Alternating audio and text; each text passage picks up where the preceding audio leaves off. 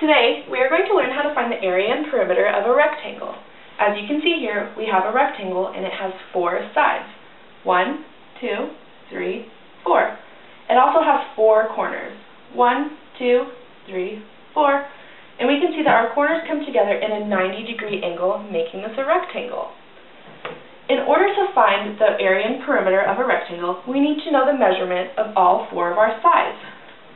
Our green side we generally call the length, and many times we label this with a capital L. The blue side we generally call our width, and again, we usually just label that with a capital W.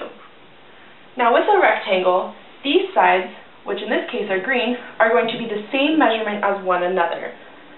As well, with the width, the blue sides, they are also going to be the same measurement as one another, so we don't have to measure them twice. So we can call this green side length, and this blue side width as well. Now, in order to find the perimeter, which is the outside boundary of our rectangle, we need to know the measurement of one of our length sides and one of our width sides. So let's go ahead and measure those. It looks like our length is 6 inches, so I'm going to put a 6 inches right here. I can also put 6 inches up here. Now let's measure our width. It's 4 inches, so I'm going to put 4 inches right here, and 4 inches on this side. Now, in order to find the perimeter, as I said, we need to know the measurements of all 4 of our sides. So that is equal to the length, plus the width, plus the width. So now that we have our measurements, let's go ahead and add them up. So we have 6 plus 6 plus 4 plus 4.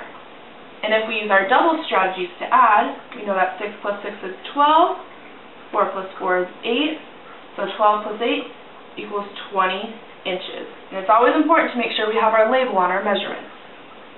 Now I want to find the area of our rectangle. The area is going to be all this portion inside of our rectangle.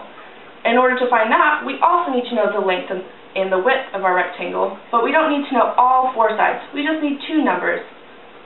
So instead of adding our sides together, we're going to multiply to find the area. So we just multiply one length times one width.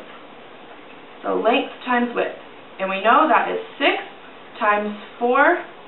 And if we know our multiplication table, that equals 24. Now, for our label, since we're multiplying inches times inches, that's going to give us square inches. And that's how you find the area and perimeter of a rectangle.